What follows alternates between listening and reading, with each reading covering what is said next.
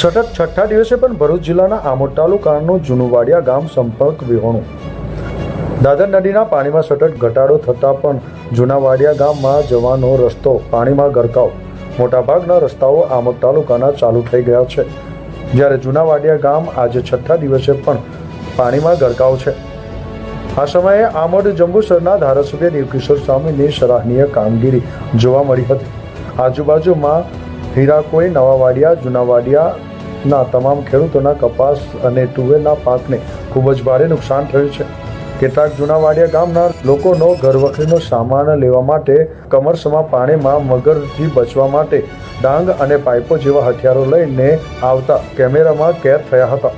સ્થાનિક ખેડૂતોએ માંગ કરી હતી કે 1 થી 1.5 કિલોમીટર રોડ ઊંચો બનાવવામાં આવે તેવી ધારાસભ્ય અને સાંસદને મીડિયા સમક્ષ રજૂઆત કરી હતી.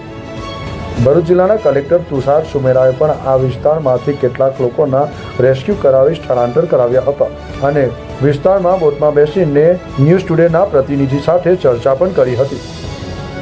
જૂનાવાડિયા ગામના 15 થી 20 લોકો બીમાર પડતા જાગૃત નાગરિક અને ખેડૂત એવા નદીમ રાણાએ ધારાસભ્યની મદદથી આમોદ સામૂહિક આરોગ્ય કેન્દ્રમાંથી ડોક્ટરને આમોદથી નવાવાડિયા ગામ સુધી લઈ જઈ એસડીઆરએફની ટીમની મદદથી બોટમાં લઈ જઈ તમામ લોકોને સારવાર કરાવવામાં આવી હતી, જેઓને દવા ઇન્જેક્શન આપી સરાહનીય કામ કર્યું હતું.